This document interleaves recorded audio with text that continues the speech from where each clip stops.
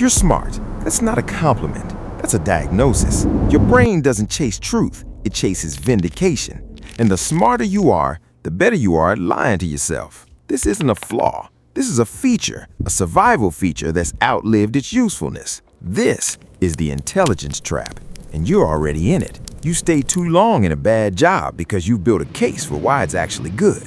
You double down on a failing relationship because leaving would mean you failed. You keep investing in an idea that's clearly not working because you constructed an airtight argument for why it's about to turn around. Question: are you actually right, or are you just really good at convincing yourself you are? The answer is uncomfortable, and that's exactly why you need to hear it. Psychologists call this motivated reasoning. At the Cortex, we call it the intelligence trap. It's a 5-step mechanism, and the first step is the one you recognize immediately. Step 1, certainty. Your brain hates not knowing. In the wild, uncertainty meant death. Today, it just means discomfort, but your brain doesn't know the difference. So when you face a choice, your brain grabs an answer, any answer. Better a bad answer than no answer. That's the logic. Flawed, but comfortable. But here's the question: how do you know when you're actually right? Step 2, motivated reasoning. Instead of evaluating the evidence, you look for evidence that supports what you already want to believe. It's not conscious. That's what makes it insidious. You don't ignore the red flags. You just don't see them. You see the 3 things that support your decision, and you've missed the 7 that contradict it. Psychologist Dan Cahan found something unsettling. The people with the highest cognitive abilities had the strongest biases when an idea threatened their identity. Not weaker, stronger. Because intelligence gives you more tools to defend what you want to believe. Intelligence is not a shield for error. It's a weapon for self-deception. Step 3, the lawyer. Your intelligence isn't a judge. It's an expensive lawyer, and your ego is the client. You arrive at a conclusion, usually emotional or identity-driven, and then your intelligence builds the case to prove you were right all along.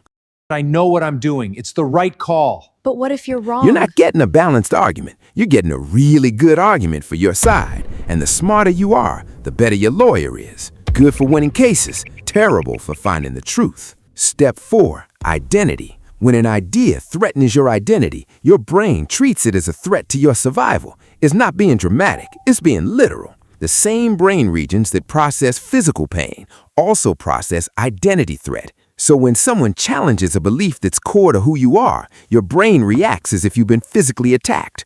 And then your intelligence builds a fortress around that belief to protect you. You're not defending the idea, you're defending yourself. But here's the question: what if you're wrong?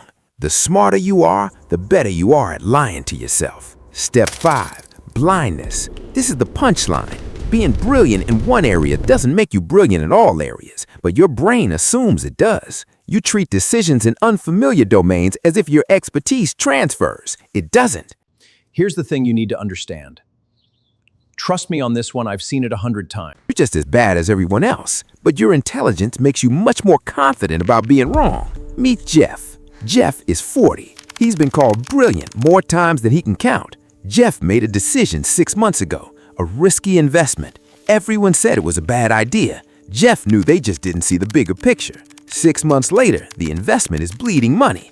Jeff is still defending it. The market will recover. We just need more time. They don't understand the long-term strategy. Jeff isn't stupid. Jeff is trapped. His intelligence has become the wall that's keeping him from seeing the truth. And the worst part is, he thinks he's being rational. He doesn't see the trap because he built it himself. You're not a scientist. You're a lawyer, and your client is your ego. But wait, I'm not like that. I'm objective. I follow the evidence. Everyone thinks that. That's the problem. The bias operates below consciousness. You don't notice yourself looking for confirming evidence. You just think you're being rational. But intelligence can't be a trap. More intelligence means better decisions. That's the trap talking. The data says the opposite. Higher cognitive ability correlates with stronger biases when identity is at stake. You're not more rational. You're more skilled at rationalization. Motivated reasoning is when we justify what we want to believe. I've changed my mind on important things. Good. That means you have some intellectual humility. But here's the real question. Do you change your mind when it costs you something? When it threatens your status, your career, your identity? That's the test, and that's where most people fail. But here's the twist. Your brain isn't trying to deceive you. It was trying to protect you. In the ancestral environment, being wrong about social dynamics could get you killed. Being cast out of the group meant death, so your brain evolved to defend your position, not to question it. Your brain isn't a truth-seeking machine, it's a survival-seeking machine. And in the modern world, that survival instinct has become a bug. Being right feels good. Finding the truth is hard. Your brain always chooses what feels good. So, how do you break the trap? 3 moves, not difficult, just uncomfortable. Move 1, the falsification test. Ask yourself, what would make me change my mind? If you can't answer that, you're not seeking truth, you're defending a position. The physicist Richard Feynman put it simply. The first principle is that you must not fool yourself, and you are the easiest person to fool. Move 2, the devil's advocate. Build the best possible argument for the opposing view, not to refute it, to understand it. If you can't explain the other side better than they can, you don't understand it well enough to disagree with it. Move 3, the identity audit. Ask yourself, if I'm wrong about this, what does it say about me? If the answer is, I'm stupid or I'm a failure, then your identity is on the line and your judgment is compromised. The solution isn't to be right, it's to decouple your value from your opinions. You are not your beliefs. You are a person who holds beliefs, and you can change them without losing yourself. This week, try this. Pick one belief you hold strongly. Ask yourself, what evidence would make me change my mind? If you can't find any, you're not seeking truth. You're defending your ego. Tell me in the comments, what's the one thing you're still defending, even though you know deep down you might be wrong? Here's the thing. Your brain wasn't trying to deceive you. It was trying to protect you, but the protection has become a prison. Intelligence isn't a shield, it's a tool. And if you use it to defend what you already believe, it's not making you smarter. It's just making you more confident about being wrong.